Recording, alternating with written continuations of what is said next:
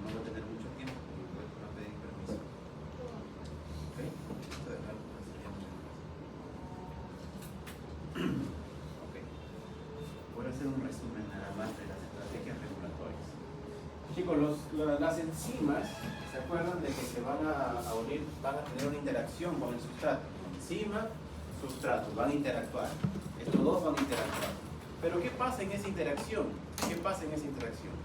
En esa interacción, algunos aminoácidos que están presentes en el sitio de unión de la enzima tienen que tener algunas características para que el sustrato se pueda reacomodar.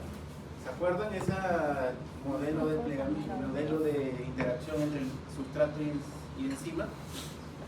Una era llave cerradura, ¿no? Y la otra era inducida. En esa inducida es donde el sustrato llega, va a interactuar con algunos aminoácidos, se va a reacomodar, ¿de acuerdo? En ese reacomodo ya se están generando algunos tipos de enlaces, ¿sí? Se están uniendo los radicales de los aminoácidos hacia el sustrato. Ok, entonces, y nada más, ¿dónde estás? Solo voy a hacer un resumen de esto, no voy a ahondar porque esto ya es muy profundo.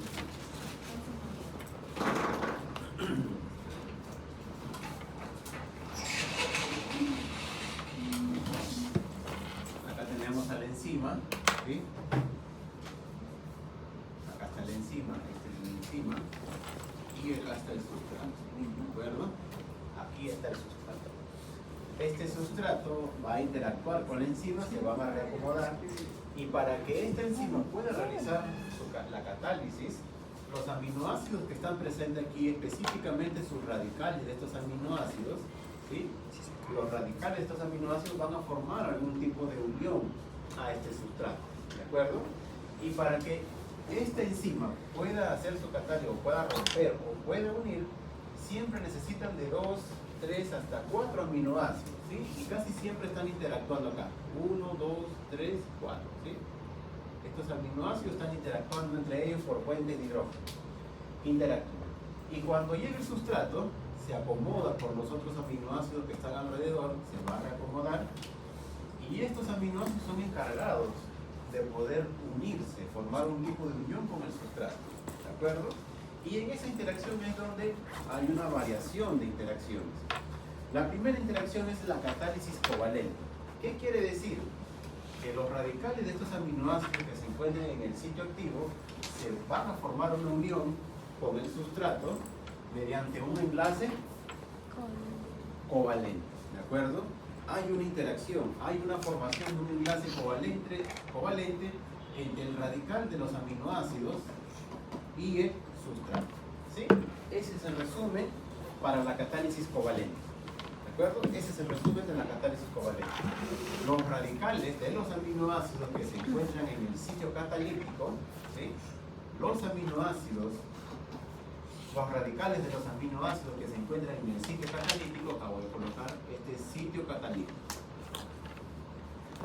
Sitio catalítico, ¿de acuerdo? Todo esto es el sitio de unión, y hay algunos aminoácidos que se encargan de realizar la catálisis. Eso se denominan sitio catalítico o aminoácidos catalíticos. Estos aminoácidos, los radicales de estos aminoácidos van a formar un enlace covalente, ¿sí? A eso se denomina catálisis covalente. ¿Qué tipo de enlace covalente? Por ejemplo, un carbono con un nitrógeno, ¿sí? Un oxígeno con un carbono, un oxígeno con un nitrógeno, posiblemente. La cosa que va a ser un enlace covalente, va a ser un enlace covalente. ¿Y el enlace covalente es fuerte o débil? Es fuerte, ¿sí? Por ejemplo, ¿qué tipo de enlace covalente se puede romper en la catálisis covalente? Romper el enlace peptídico. ¿El enlace peptídico qué es? Un enlace covalente, es un enlace fuerte. Y para poder romper un enlace covalente como el enlace peptídico, necesitas también un tipo de corte, una interacción con otro enlace fuerte que es otro enlace covalente, ¿sí? Rompes. Bueno.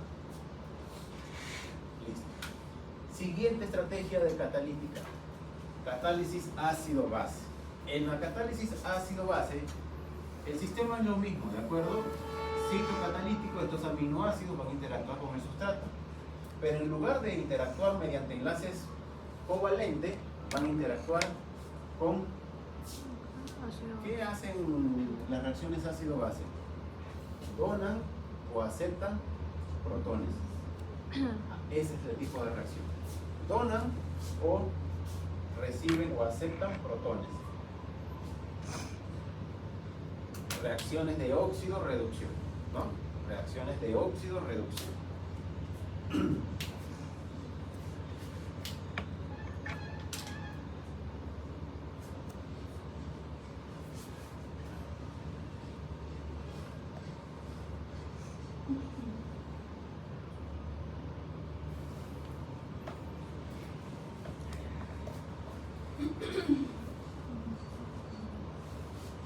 Esos son uno de los más frecuentes que hay entre las enzimas que están en nuestro cuerpo, ¿sí?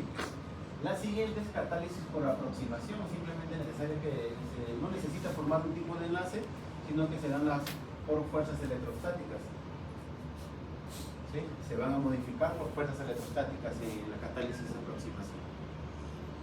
Y en la última, catálisis por ion metálico. En estos tipos de catálisis por ion metálico se intervienen obviamente los metales, ¿no? Algunos iones están interviniendo en esta catálisis. Ejemplo de la catálisis covalente, la quimiotripsina, ¿sí?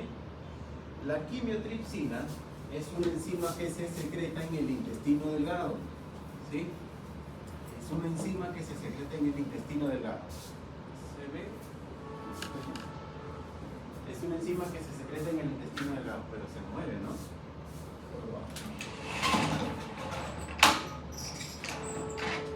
Es una enzima que se secreta en el intestino delgado. Ok. La función de esta enzima, la quimiotripsina, es romper el enlace peptídico, ¿sí? Y para poder romper este enlace peptídico, lo que tiene que hacer es generar otro enlace covalente, ¿de acuerdo? Otro enlace fuera. Entonces, el ejemplo de quimiotripsina es un tipo de catálisis covalente, ¿de acuerdo? Es un tipo de catálisis covalente porque necesita formar un enlace covalente con el sustrato para recién romper el enlace peptídico, otro enlace covalente, ¿sí? Al igual que la quimiotripsina, por ejemplo, acá está, también hacen estos tipos de catálisis covalente la pepsina, porque la pepsina necesita romper el enlace peptídico. Justo en este tipo de enzima, los aminoácidos que se encargan de realizar este enlace covalente son estos tres aminoácidos, ¿de acuerdo? Específicamente, quinlaserina es el que genera el enlace covalente. Estos tres son los aminoácidos catalíticos, ¿de acuerdo? Que siempre están interactuando, ellos ahí están primero por puente de hidrógeno, pero cuando llega el sustrato forman un enlace covalente.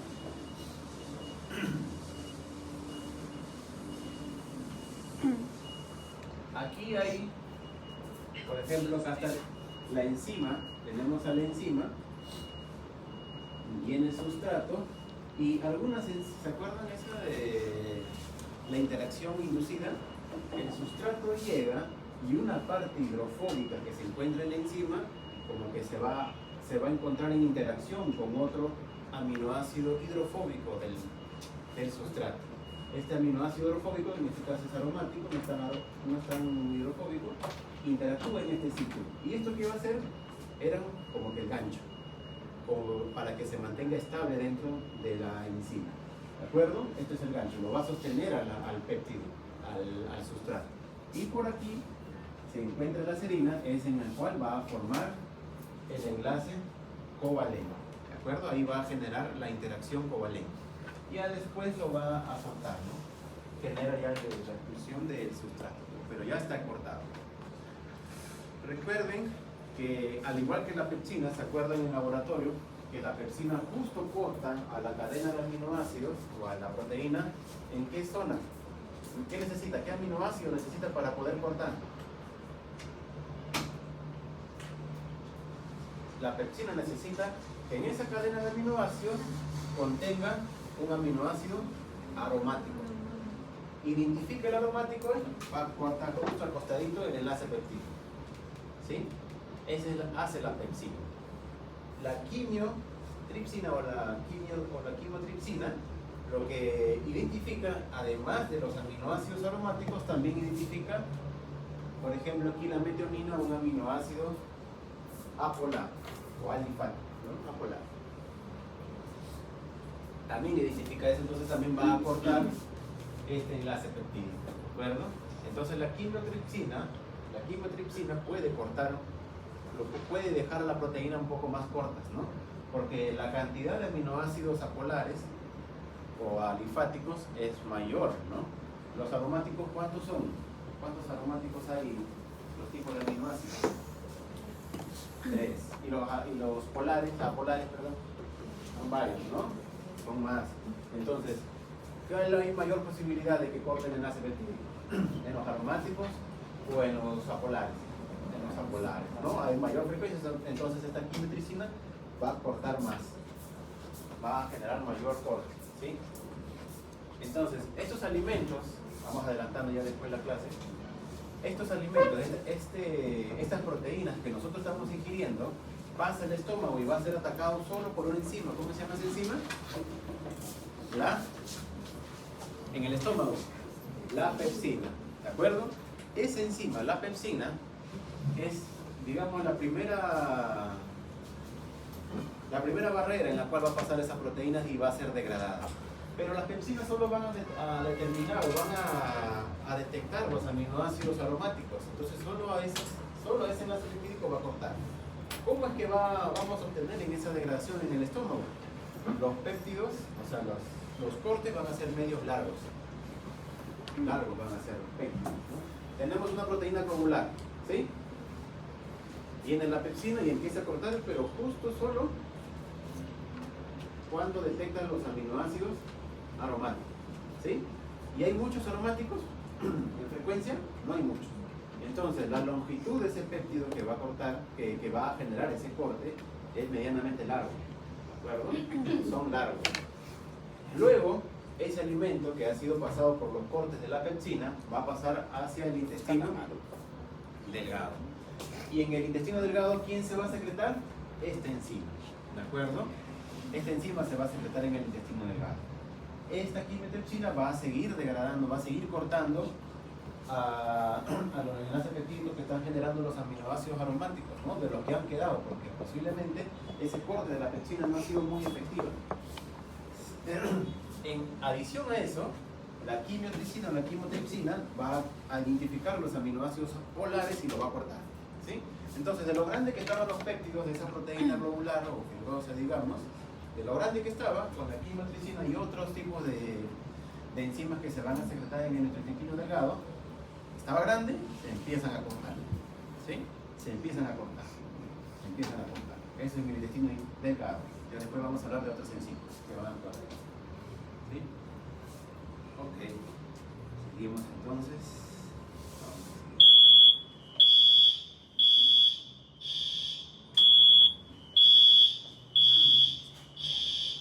En la catálisis ácido-base,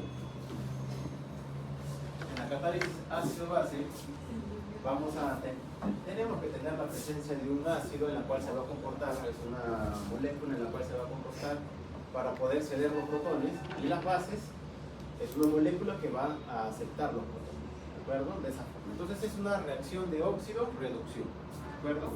Es una reacción de óxido-reducción para poder realizar esta catálisis, este tipo de catálisis. Por ejemplo, ¿se acuerdan de la glutatión peroxidasa? ¿No? Esta glutatión peroxidasa no vi. Pero le viene a otros. Esa iba a reducir, ¿se acuerdan? ¿A quién iba a reducir? Al peróxido de hidrógeno. Entonces, esa enzima tiene una actividad, una catálisis ácido-base, ¿de acuerdo? tiene una catálisis ácido-base. Ese es el ejemplo más. Bueno, vamos a pasar. Ese es el resumen que le quiero dar de esa lección. ¿Sí? Después la catálisis por aproximación no es tan... Eso de aquí lo vamos a obviar porque ya es demasiado profundo. ¿Verdad? Entonces, en resumen, a ver chicos, de esta sección de la estrategia catalítica de las enzimas, recuerden que son estos 4 tipos de catálisis enzimática, ¿de acuerdo? De estas 4 tienen que saber cómo se dividen en las estrategias catalíticas, y las que más he hablado es de la catálisis covalente y casi un poquitísimo de la catálisis ácido-base, y del resto no les he hablado, ¿sí? Porque vamos a llenar mucha información y yo quiero que tengan su energía para lo siguiente que va a venir, ¿de acuerdo? No va a venir mucho en esta clase para el examen parcial, ¿sí? Ya lo estoy diciendo. Catálisis covalente, ¿de acuerdo? Y catálisis ácido-base también. Pero lo que sí tienen que saber es cómo se dividen los 4, ¿de acuerdo? La presencia de estos 4. Ok, entonces, obviamos todo eso. Acá hay algo de ácido carbónico, porque me va a faltar tiempo, así que les digo esa parte. Catálisis ácido-base, ahí ya para redondear la catálisis de ácido-base. Un ejemplo en la catálisis ácido-base está en el transporte del CO2 que generamos nosotros al respirar. Cuando nosotros hacemos respiración aeróbica, ¿sí? Cuando hacemos respiración aeróbica, ¿qué generamos? Nosotros respiramos, inhalamos oxígeno, ¿qué botamos? CO2. ¿Y de dónde producimos ese CO2? ¿Dónde? ¿En el pulmón nada más? ¿Ahí mismo? ¿Oxígeno se cambia a CO2 y lo expulsamos? No, ¿cierto? ¿De dónde proviene ese CO2? De todas nuestras células. Todas nuestras células respiran, ¿sí? Cuando nosotros nos comemos, digamos, la comida, ¿no? Carbohidrato se convierte en glucosa, la glucosa va al torrente sanguíneo y esa glucosa va a pasar a todas nuestras células. ¿Y nuestras células qué van a hacer con esa glucosa? ¿Qué nos va a dar la glucosa? Energía, ¿de acuerdo? Nos va a dar energía, ATP. Pero esa glucosa está compuesta por carbonos, ¿cierto? ¿Dónde se va ese carbono? Se va como CO2, ¿sí? Esa glucosa conforme va pasando, de 6 carbonos, la glucosa es 6 carbonos, ¿cierto? De 6 carbonos que tiene esa glucosa, la parten y la ponen en 2 partes, piruvato. El piruvato es una molécula de 3 carbonos, ¿sí? Es una molécula de 3 carbonos. Ese piruvato va a pasar por el ciclo de Krebs y en el ciclo de Krebs se va a liberar un CO2 porque ese piruvato se convierte en acetil-CoA, ya no es 3 carbonos sino es 2, ¿sí? Luego ese acetil-CoA va al ciclo de Krebs y en el ciclo de Krebs sale un CO2 y otro CO2. 3 CO2. O sea, ese piruvato que ingresó al ciclo de Krebs se convierte en CO2. O sea que esa glucosa que nos ha servido para generar energía se degradó hasta CO2. Todos los alimentos que nosotros ingerimos entonces los expulsamos también como CO2. Se va. Esa es la huella de carbono, ¿no? Han llevado Ya, bueno, generamos ahí. ¿Sí? Ese CO2. Ese CO2 entonces se produce en todas nuestras células. Todas nuestras células hacemos respiración aeróbica. Todas nuestras células generan respiración aeróbica y por lo tanto vamos a generar CO2. Pero ese CO2 que se genera, por ejemplo, en la pierna, los células musculares de la pierna, ese CO2 se tiene que transportar a tus pulmones para que tú lo botes, ¿sí? Ese CO2 no se puede transportar así por así, ¿de acuerdo? Porque si no tu sangre sería como algo efervescente, ¿no? Estuviera así burbujeando toda tu sangre. Y eso sería adecuado para tu torrente sanguíneo. No, el transporte va a ser muy obstruido por esas burbujas de CO2 que se están formando. Entonces ese CO2, para que no se unan con otro CO2 y formen una burbuja, lo que tiene que hacer es reducirlo, ¿de acuerdo? ¿A qué lo convierte? No se nota, ¿no? Ese CO2 que se ha producido en las células se va a convertir por una enzima llamada anidrasa carbónica. ¿Qué hace la anhidrasa carbónica? Convierte en CO2 a ácido carbónico, ¿no? ¿Es ácido carbónico? Sí, ¿no? Ya. Y este ácido carbónico se convierte en bicarbonato, ¿de acuerdo? En estas dos formas, sobre todo en la de aquí, es que sí se puede transportar tranquilamente en el torrente sanguíneo. Y hasta incluso este bicarbonato, ¿se acuerdan para qué sirve en la sangre? Como un amortiguador, como un buffer, ¿sí? ¿Sí? Eso utilizan entonces. Lo van a utilizar como un amortiguador. Entonces tenemos gran cantidad de este bicarbonato en nuestra sangre que va a servir para poder amortiguador los cambios bruscos de pH, ¿sí? Ese bicarbonato entonces se mantiene acá, puede mantenerse en el torrente sanguíneo y se puede desplazar mediante todo nuestro sistema circulatorio, ¿no?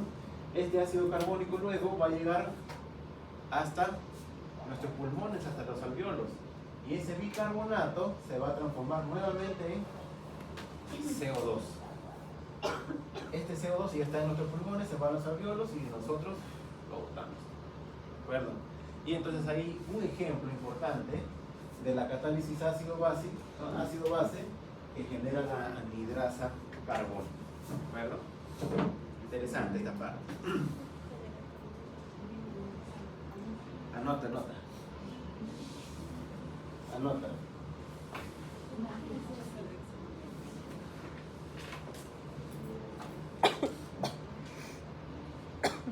Ok, listo.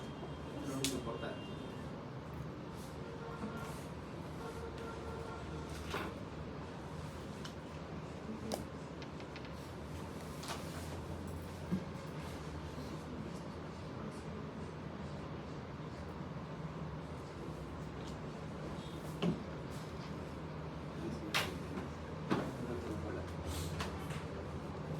Desnaturalización de las proteínas. Ahora vamos a ver. A ver, chicos, lo que hemos estado viendo es la interacción. Tengo la enzima, tengo el sustrato, van a interactuar, van a generar algún tipo de enlace, ¿sí? Algún tipo de reacción van a tener que realizar eso. Ahí está el contacto, ¿de acuerdo? Eso es lo que hemos visto.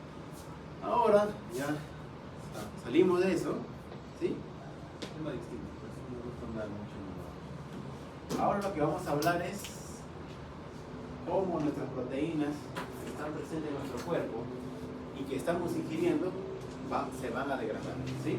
Ahora vamos a hablar de degradación de las proteínas, ¿sí? Todo tipo de proteínas, de todo tipo de fuentes. Lo primero que vamos a hablar es de la degradación de las proteínas que nosotros ingerimos, ¿de acuerdo? La degradación de las proteínas que nosotros ingerimos. Para poder degradar a las proteínas, obviamente que tiene que estar en una condición, en la mayoría de ellos, bueno, en algunas, en unas condiciones de pH un poquito bajas, ¿no? Por eso es que primero hay que desnaturalizar a esas proteínas para que los grupos, para que algunos aminoácidos se encuentren expuestos y estas enzimas puedan captarla y puedan hacer el corte efectivo, ¿de acuerdo?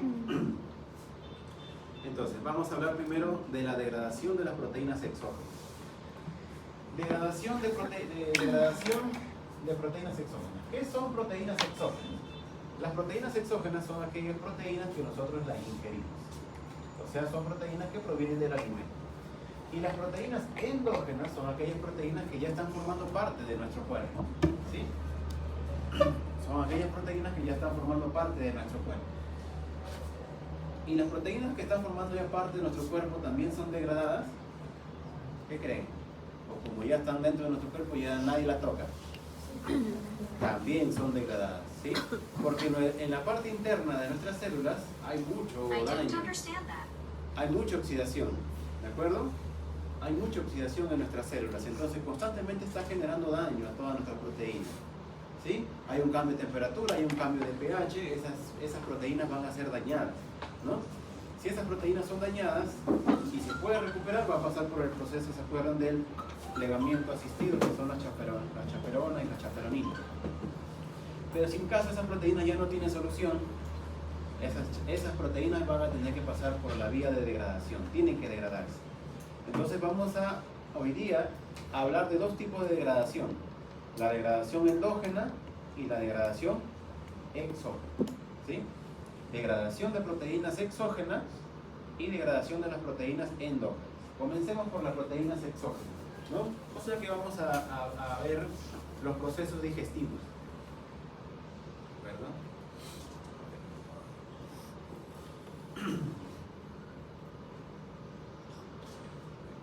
Las proteínas, obviamente que tienen muchas funciones en nuestro cuerpo, demasiadas funciones, son muy importantes en nuestro cuerpo, y nuestro cuerpo tiene que tener una buena, digamos, estrategia para poder degradarlas y absorberlas, ¿de acuerdo? Cuando nosotros queremos absorber una biomolécula, ¿en qué estado se tiene que encontrar? ¿Como un polímero o como un monómero?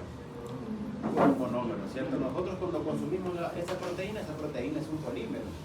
Y para poder absorber esa proteína, nosotros necesitamos degradarla hasta su unidad base, que es el monómero, que son los aminoácidos, ¿de acuerdo?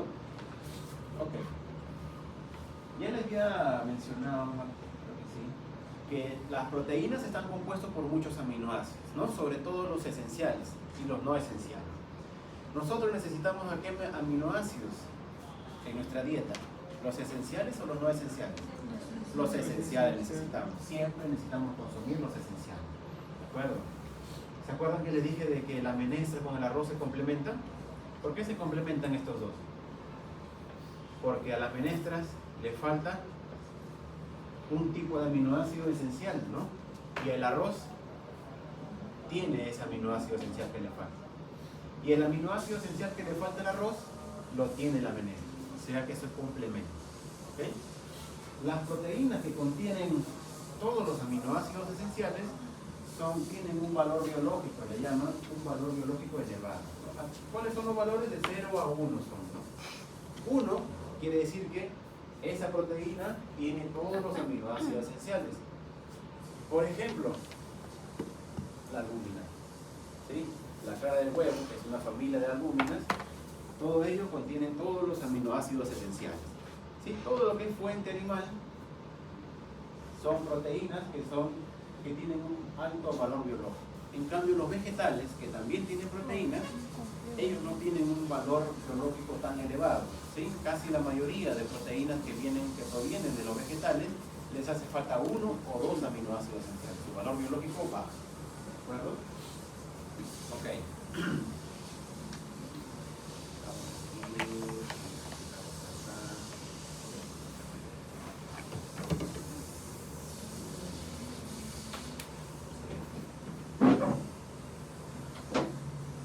Ok, entonces nosotros comemos una parrillada, ¿sí?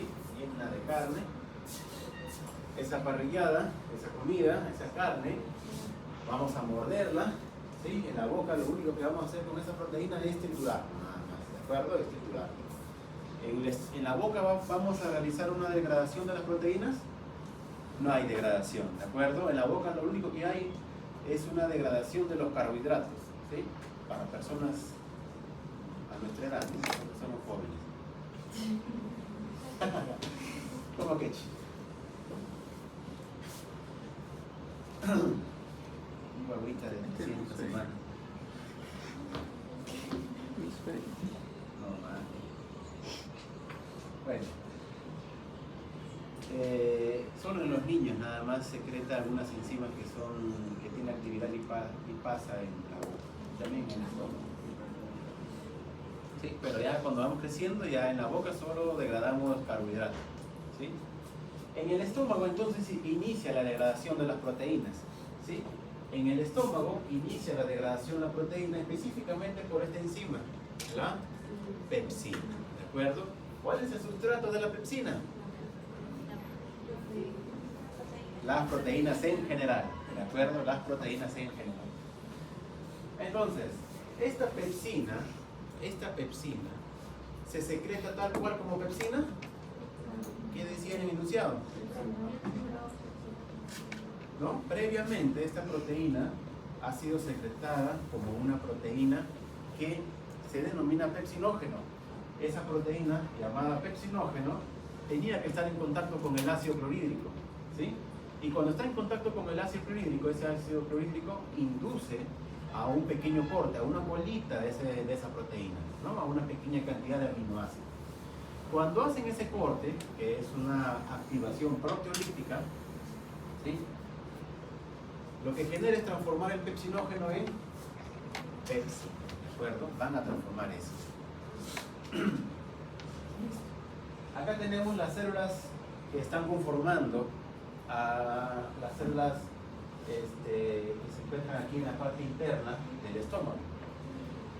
Células principales que se encargan de producir el pepsinógeno, ¿de acuerdo? Células parietales, principales parietales, producen el ácido clorhídrico, ¿de acuerdo? Células de la mucosa segregan mucosa para poder proteger el estómago, ¿no? Para que ese ácido clorhídrico no esté en contacto con las células. Porque si bien las células producen ácido clorhídrico, estas células parietales producen ácido clorhídrico, pero estas células parietales no están como que uniformes en todos.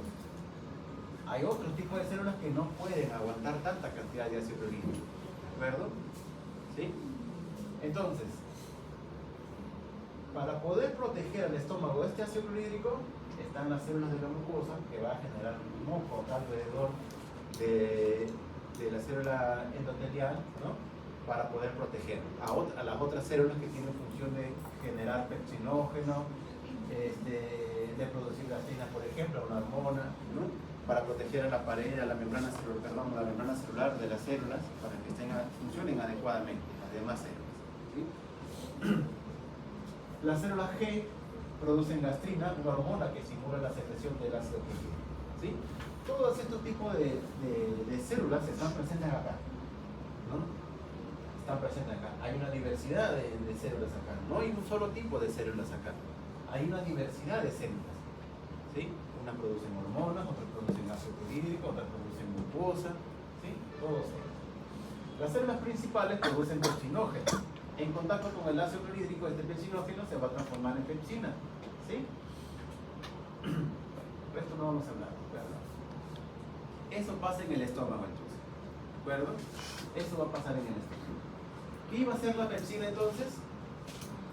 Iba a identificar a qué tipo de aminoácidos de esa proteína, aminoácidos aromáticos. Lo identifica y hace corta, ¿de acuerdo?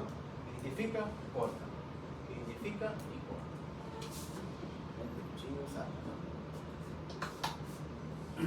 Listo. Entonces, como la pepsina solo corta estos aminoácidos aromáticos, entonces el producto de esta pepsina va a ser unos pequeños polipéptidos, ¿no? Bueno, no pequeños, son medianamente largos, ¿no? De repente dos aromáticos estaban juntos, entonces ya son péptidos más cortos, ¿no? Es dependiendo, pero en su gran mayoría, en general, digamos, estos péptidos van a generar polipéptidos, ¿de acuerdo? Péptidos aproximadamente de larga longitud, ¿sí? Y poquísimos aminoácidos libres, poquísimos aminoácidos ya se van a generar, pero hay una gran cantidad de polipéptidos. Listo, el estómago yo hice su trabajo, la pepsina también hizo su trabajo. El producto de la pepsina va a pasar al intestino delgado, ¿de acuerdo? Va a pasar en el intestino delgado. Y en el intestino delgado, una vez que va a pasar por esta válvula, ¿sí? Va a pasar por esta válvula. ¿Cómo se llama esta válvula?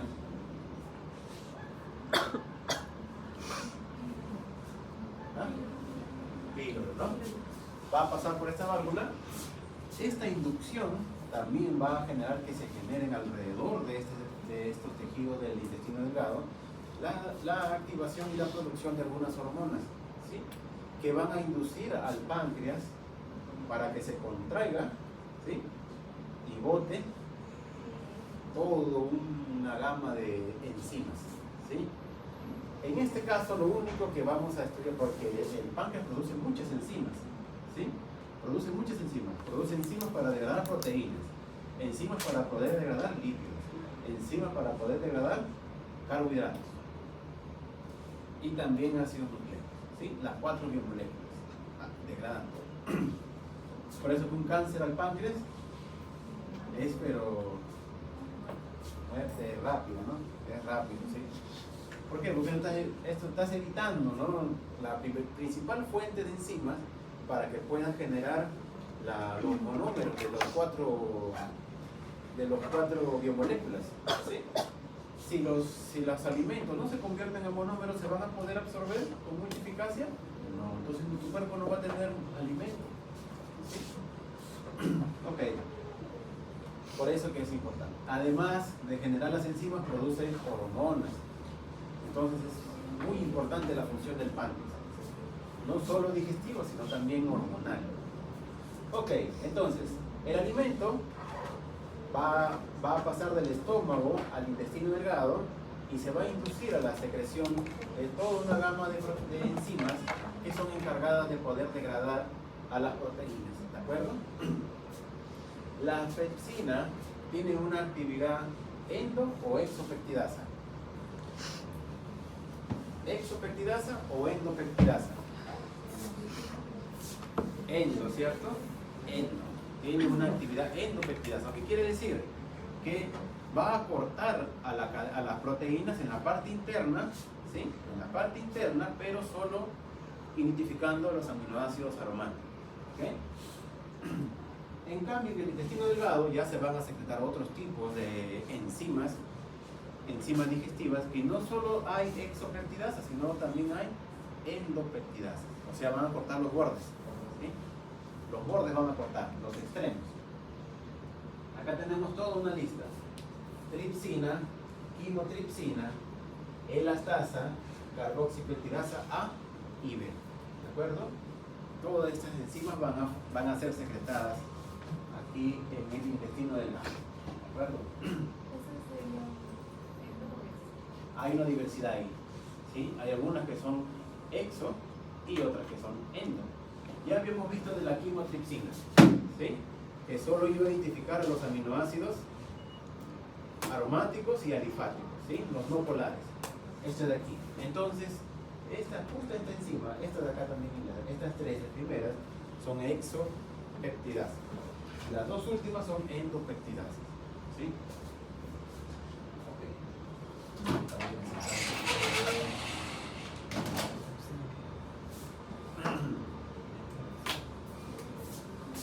Tenemos el primer, entonces, estómago.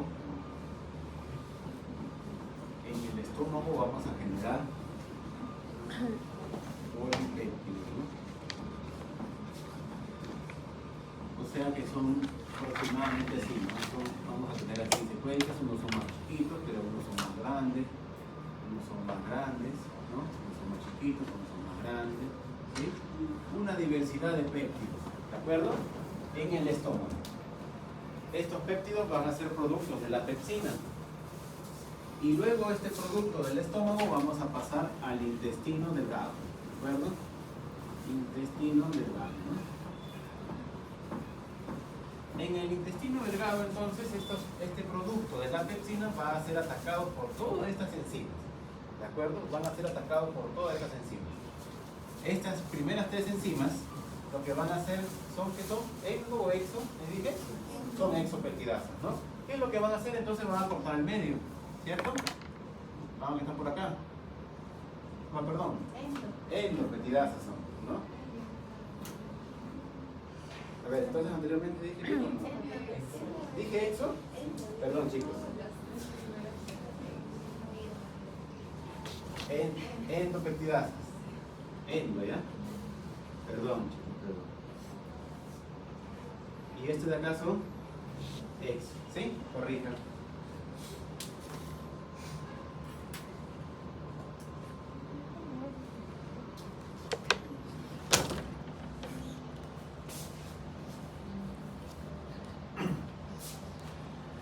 Entonces, las endopeptidasas, ¿ok? Las endopeptidasas,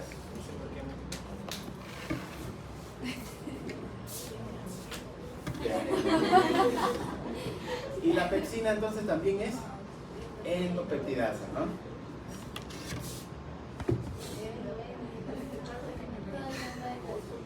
Son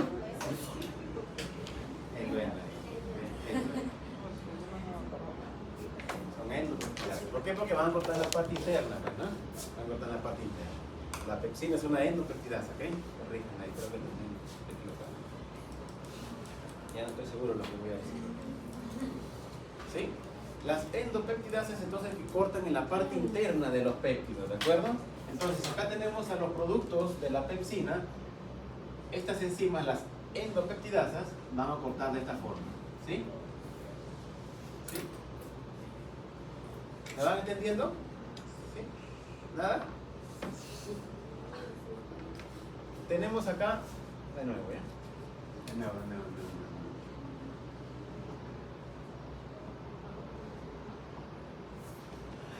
Y antes de ingresar al estómago, ¿cómo llegó la proteína? Globulares, ¿cierto? Cuando pasa al estómago va a ser atacado por la pepsina, ¿de acuerdo? Y la pepsina es una endopeptidasa que va a cortar en la parte interna, ¿sí? Obviamente que identificando los aminoácidos aromáticos. Cuando los corta, ya no va a ser todo un péptido grande, ¿no?, para formar una proteína, sino que va a ser cortado y vamos a generar pequeños péptidos. Todo esto proviene de esta estructura, ¿de acuerdo? Todo esto proviene de esta estructura. Aquí estamos en la pepsina, ¿de acuerdo? Estamos en la pepsina. Este producto del estómago va a pasar al intestino delgado. Y en el intestino delgado va a seguir siendo atacado por otras endopeptidasas.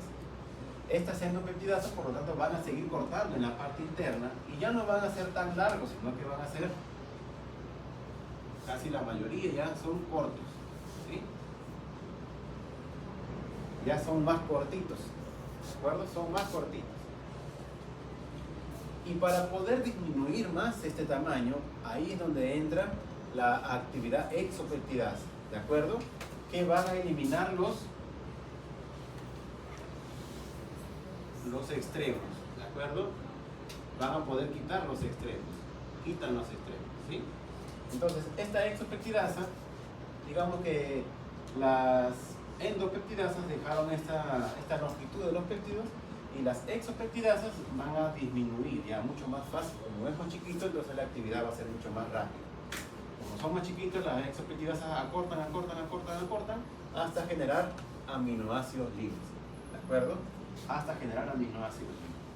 Entonces, el producto de las enzimas, de todas estas enzimas en el intestino delgado, es generar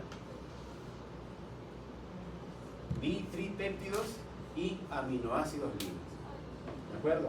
Aquí, en mayor abundancia, van a estar los aminoácidos libres, ¿de acuerdo? Van a estar los aminoácidos libres. Imagínense que el páncreas no secreta las exopeptidasas, ¿sí?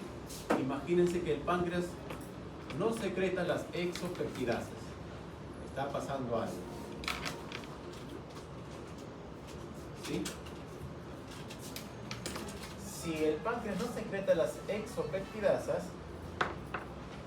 vamos a tener aminoácidos libres y péptidos cortitos. Ya no vamos a tener estos aminoácidos libres, porque para poder generar estos aminoácidos libres, los encargados son las exopeptidasas. Entonces, ¿vamos a poder absorber estos aminoácidos que provienen de la proteína adecuadamente? No, ¿de acuerdo? No vamos a poder absorber adecuadamente, ¿sí? Ahora, imagínense que este páncreas tampoco no produce, bueno, produce exopeptidasas, pero no va a producir las endopeptidasas. ¿Qué va a pasar? ¿Vamos a poder generar estos cortos? No, ¿de acuerdo? El único que va a actuar aquí son las exopeptidasas, que vamos a generar algunos aminoácidos libres, ¿sí? Pero aquí es el dilema. Aquí ha sido la actividad de la pepsina, ¿cierto? Esta pepsina está generando estos péptidos grandes, ¿de acuerdo? Y estos péptidos grandes van a ser atacados por las exopeptidasas y solamente va a tener unos cuantos extremos para poder cortar. En cambio aquí hay muchos más extremos, entonces la digestión es mucho más rápida, ¿sí? La digestión es mucho más rápida. Entonces, la importancia de los exopeptidasas y las endopeptidasas es de que la digestión de las proteínas sea mucho más rápida. ¿Qué pasa si esas proteínas se mantienen mucho tiempo en el intestino delgado? ¿Sí? Nuestro cuerpo no es eficaz de degradar rápidamente estas proteínas. Quienes aprovechan de esta lentitud son las bacterias. Las bacterias ven que está disponible porque nuestro cuerpo, nuestro intestino delgado, las enzimas no se están produciendo adecuadamente, no lo están degradando rápidamente para absorberlos. Esa lentitud de la digestión la aprovechan las bacterias. Las bacterias van, toman esas proteínas, esos péptidos, y ellas la utilizan. ¿Sí? Esa microbiota empieza a acelerar su población, aumenta su población, y posiblemente una de esa población de las bacterias empiezan a aumentar, y eso te va a generar un desequilibrio en la microbiota intestinal, y algunos tienen, bueno, pesadez, un poquito como que de gases, todo eso pasa. ¿De acuerdo? Entonces, la digestión que está pasando en nuestro intestino delgado tiene que ser rápido y eficaz. ¿Sí? Tiene que haber una estrategia muy adecuada para poder degradar rápidamente estas proteínas. Entonces, ahí la combinación de estas dos enzimas, tanto las exopeptidasas como las endopeptidasas,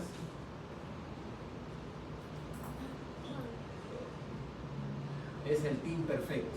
¿Sí? Es el team perfecto. ¿Por qué? De nuevo voy a repetir.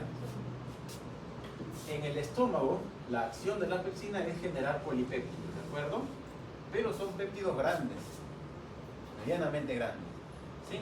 Como son péptidos grandes, ¿cuántos extremos estarán disponibles? No mucho, ¿cierto? No mucho. ¿Sí? No hay mucho. Pero este péptido que se genera en el estómago, cuando pasen en el intestino delgado, van a ser atacados por más endopeptidasas. Y como van a ser cortados por más endopeptidasas, vamos a generar péptidos más pequeños. Consecuentemente, con esa actividad de las endopeptidasas, vamos a generar mayor cantidad de extremos. ¿Sí? Y como hay mayor cantidad de extremos, la exopeptidasa va a tener mayor sustrato. Como tiene mayor sustrato, entonces empiezan a cortar el tamaño, empiezan a cortar. Eso hace de que el tiempo de la digestión disminuya. ¿De acuerdo? El tiempo de la digestión disminuye.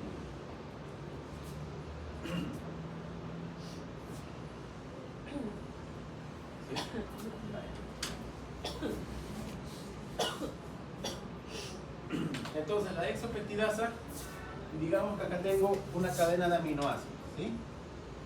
Aminoácidos, aminoácidos, aminoácidos, aminoácidos, aminoácidos, otro aminoácido.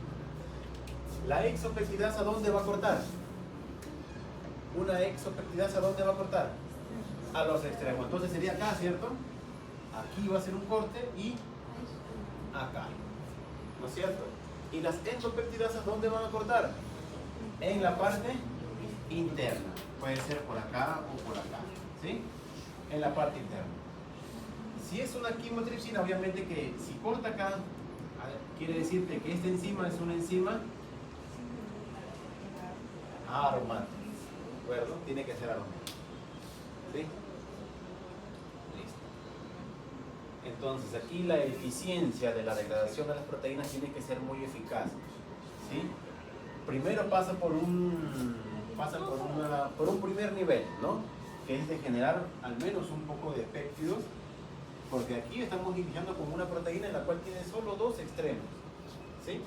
Esta proteína solo tiene dos extremos. Imaginemos que es una proteína terciaria.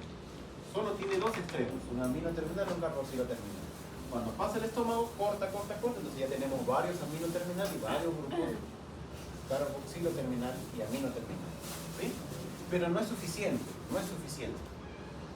Cuando pasa en el intestino delgado, las otras endopeptidasas van a generar más extremos, más amino terminal, más carboxilo terminal, ¿sí? Entonces la generación de muchos más péptidos más pequeños sirve para poder acelerar el proceso, acelerar la actividad de las exopeptidasas, ¿sí? Que van a empezar a cortar estos pequeños péptidos a generar aminoácidos, más aminoácidos libres, ¿sí? Y si en caso se queda en di y tripéptidos, ¿qué es un tripéptido? Es un péptido que contiene 3 aminoácidos, ¿de acuerdo? Estos dos compuestos pueden ser absorbidos también, ¿sí? Pueden ser absorbidos. se absorben y estos ditripéptidos cuando se absorben, adentro es que van a ser nuevamente degradados, ¿de acuerdo? Se terminan de degradar hasta aminoácidos y estos aminoácidos ya se va al torrente sanguíneo y se va a dirigir a todas nuestras células y especialmente se van al hígado, ¿sí? Especialmente se van a dirigir hacia el hígado. Se van a ir al hígado. Ok, vamos a seguir.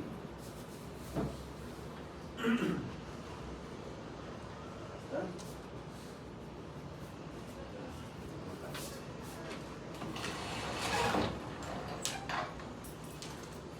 Entonces el páncreas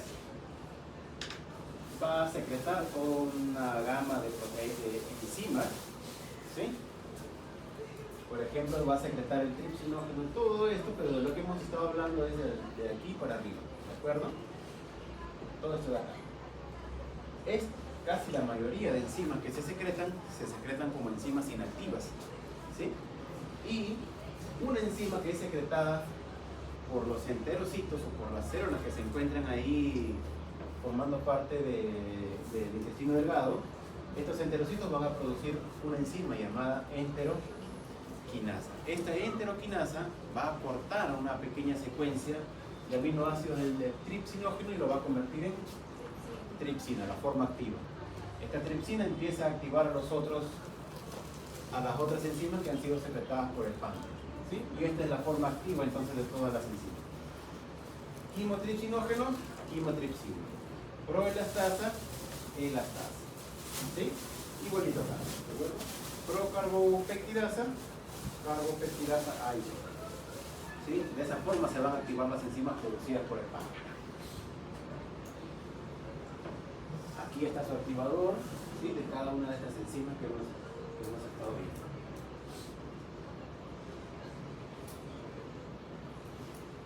Vamos a seguir. Aquí estamos. Ya esto de aquí ya les había explicado en las diapositivas anteriores, ¿sí? Las células pancreáticas van a secretar endopeptidasas, exopeptidasas. Dentro de las exopeptidasas encontramos a la carboxipeptidasa A y B, ¿se acuerdan? Que les había mencionado, y estos van a generar sobre todo aminoácidos libres, ¿sí? El trabajo de estas carboxipeptidasas, de las exopeptidasas, es generar aminoácidos libres. Y la función de estas endopeptidasas es generar péptido, ¿de acuerdo? Es generar péptido, aportar o generar mayor cantidad de extremos amino y carboxilo terminal, ¿sí? Sustrato para las exopeptidasas. Ok, listo. Entonces, tiempo.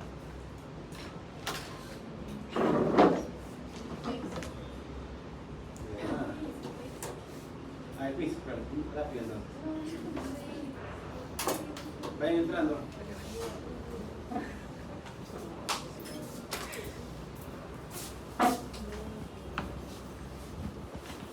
La próxima semana entonces terminamos esta clase y empezamos con el martillo, con el metabolismo de carbohidratos. Vamos a hablar glucólisis ya la otra semana.